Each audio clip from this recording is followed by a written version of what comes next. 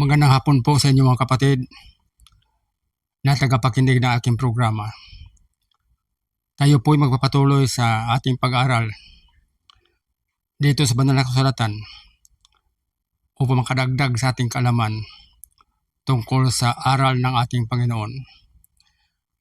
Dito po mula sa aking Embassy Channel, God Embassy Channel. Sana po subaybayan niyo ito para magkaroon tayong kaunting kaalaman. Ang nakaraan po, tinalakay ko na sa inyo yung tungkol sa Diyos. Ano ba ang Diyos? Siya ba'y tao o Diyos? Napatunayan natin na sinabi ng Diyos, siya ay Diyos at hindi siya tao. Mabasa natin ito sa Oseas 9:11. Sabi ng Diyos, hindi ako balik upang ipahamak kong Ephraim at upang ibuhos ang aking galit sa kanila, sapagkat ako ay Diyos at hindi ako tao. Sa Deuteronomio 23:19, ang sabi niya, ang Diyos daw ay hindi tao na siyang magsinungaling. Ang kanyang mga sinasabi ay kanyang tutuparin. Kaya napatunayan natin sa unang nakaraan nating episode na talaga ang sabi ng Diyos, siya ay Diyos at hindi siya tao. Ang paksa natin dadalhin ngayon muli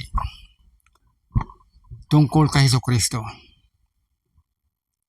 Ito si Jesucristo ang pinaka-kontrobersyal na aral ngayon sa mga Kristiyano. Kung sino si Jesus. Maraming mga tao naniniwala na bagamat siya tao, Diyos pa rin siya. Kaya ito ang subject natin ngayon, sino ba si Jesucristo? Ayon sa aking nababasa sa banal na kasulatan at napatunayan ko ang mga salita ni Panginoong Jesucristo kung sino siya. Dito sa Juan 8:40, sinasabi ni Jesus, bakit ninyo ako pinagsikapang patayin? Ako na isang tao na nagsalita sa inyo sa katotohanan sa mga bagay na aking narinig sa Diyos. Sinabi ni Jesus na siya ay taong nagsalita sa katotohanan sa iyong narinig na Diyos. Yan ang kanyang patotoo. Na siya raw o taong nakarinig mula sa Diyos. Ngayon, kung hindi pa sapat, dahil isang bersikulo lang yan, maaaring tanungin natin ang mga alagad niya, mga apostol, mga propeta, o kaya kahit ang anghel ng Diyos. Tanungin natin. Kasi si Jesus mismo ang nagsabi na kung mayroong isa o dalawang saksi na magpatotoo, ang salita ay pinagtitibay.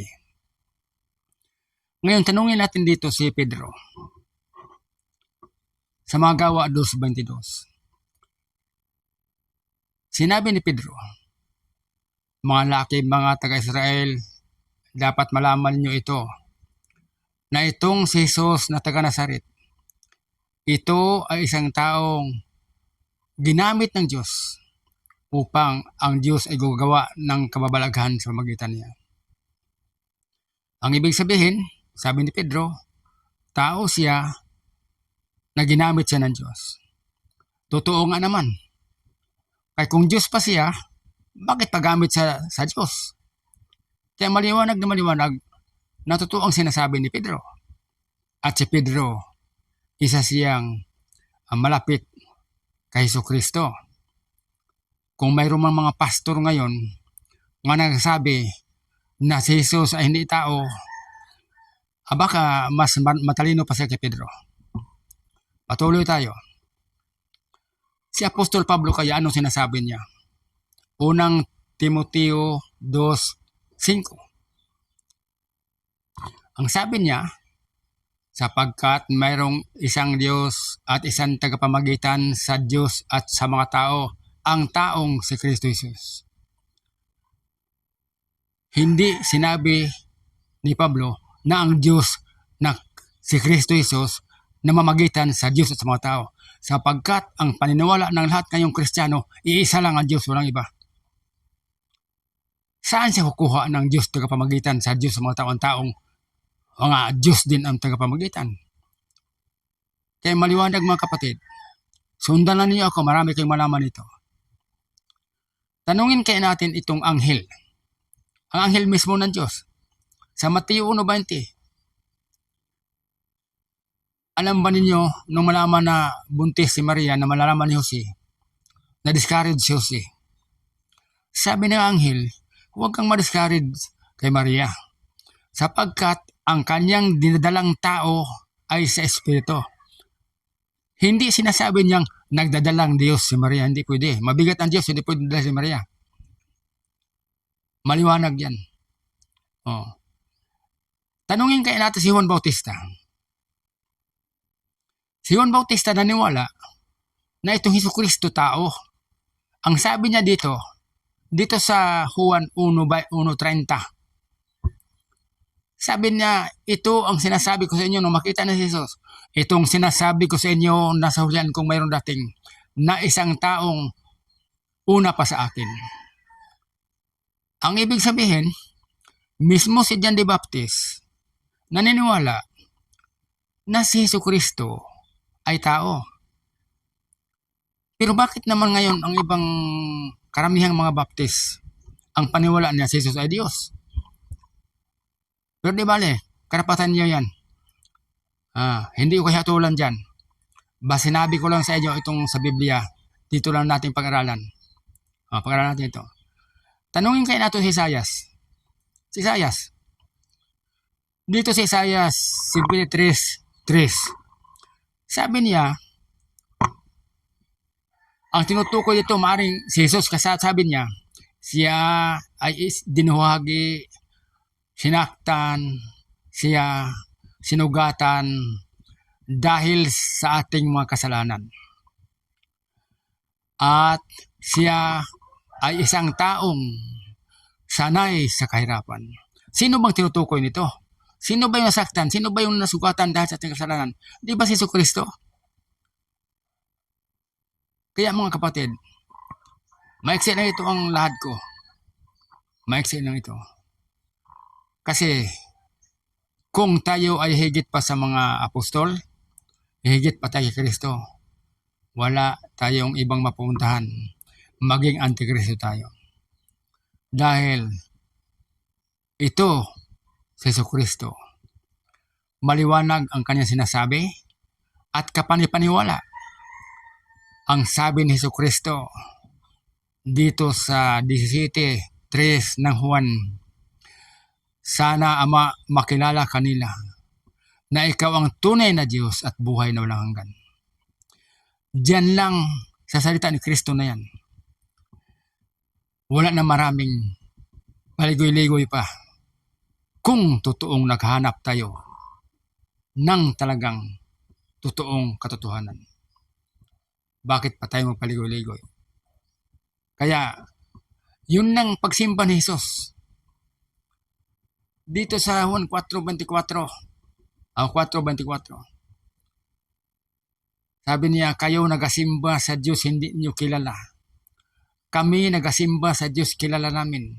Sino bang kasama ni Jesus magsimba? Yung mga lagad. Nagsimba sila sa Diyos. Kaya hindi nakakapagtaka, hindi na questionable kung ginagawa ng mga apostol na si Jesus ay tao, sabi ni Pablo tao, sabi ng anghel si Jesus ay tao, si John the Baptist sabi si Jesus ay tao, si Isaiah nagsabi na si Jesus ay tao. Bakit ipipilit natin? Alam naman natin ang tao talaga hindi pwede maging Diyos. Tingnan mo doon sa Ezekiel 20.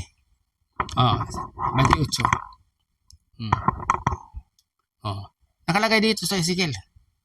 Sabihin mo sa prinsipe ng Tiro, ang inyong puso ay nagmamataas. Sinabi mo na ikaw ay Diyos. Uupo ka sa upuan ng Diyos sa gitna ng mga dagat. Ilagak mo ang iyong puso bilang Diyos. Ngunit ikaw ay tao ka lang. Hindi ka magiging Diyos. Kaya sabi ng propeta, pag tao ka lang talaga, hindi ka pwede maging Diyos. Nakikita mo naman. Ilagak daw ang puso bilang Diyos, upo sa upuan ng Diyos. Ngunit ikaw ay tao lang, hindi ka pwede maging Diyos. Ganyan mga kapatid, ang katotohanan. At siguro kahit pa hindi natin pag-aralan masyado ito, dito sa atin sa Pilipinas, nasubukan naman natin, nakita natin ang katotohanan. Mayroon na tayong Diyos na 4 na kulong dyan. Yung isang Diyos namatay na. Namatay ng isang Diyos. Tingnan mo.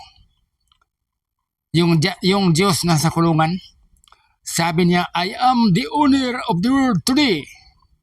Diba? Sabi niya, siya na ang may-ari ng ating mga kulungan. Inilagak niya ang iyang puso bilang Diyos. At pinatitigil niya ang lindol. Alam mo, napataon lang yun na ang lindol siguro tumigil na kasi ang lindol, wala namang matagal na lindol na mag-isang oras. Patay na mga tao diyan pag mag-isang oras ang lindol. Pero ang tanong, kung napatigil man na niya ang lindol, stop, umistop ang lindol. Pero ang aftershock, 9,000 aftershock. Kung stop na, walang aftershock. Kaya mga kapatid, binuksan ko lang kaisipan ninyo. Kasi ito pa namang mga nagpakadiyos dito sa mundo, nga tao pero nagpakadiyos siya, marami siyang mahikayat. Napagaling mag-preach ito. Magaling ito. Ito nga ang binabanggit doon sa 16:17 ng Romans. Na dahil sa kanilang mainam na talumpati, dinadaya nila ang mga puso ng mga taong walang malay. Kasi, pag inusinti ka nga naman, mapapaniwala ka.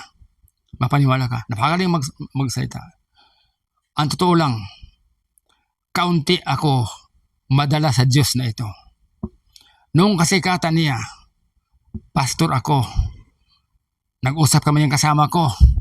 Sasama lang tayo doon sa Diyos na yan. Kaya parang totoo. Kung sumama ako, kasama ako niyang nakulong ngayon doon. Nandyan yung 3 ng kasama o 5 yatang kasama na nakulong. Kaya mga kapatid, ingatan natin.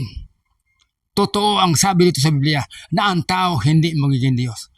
Dito kay Jesucristo, hindi pa ba sabat na sapat sa inyo na si Jesucristo nanalangin? Kung manalangin ka, doon, ang ibig sabihin ka Diyos.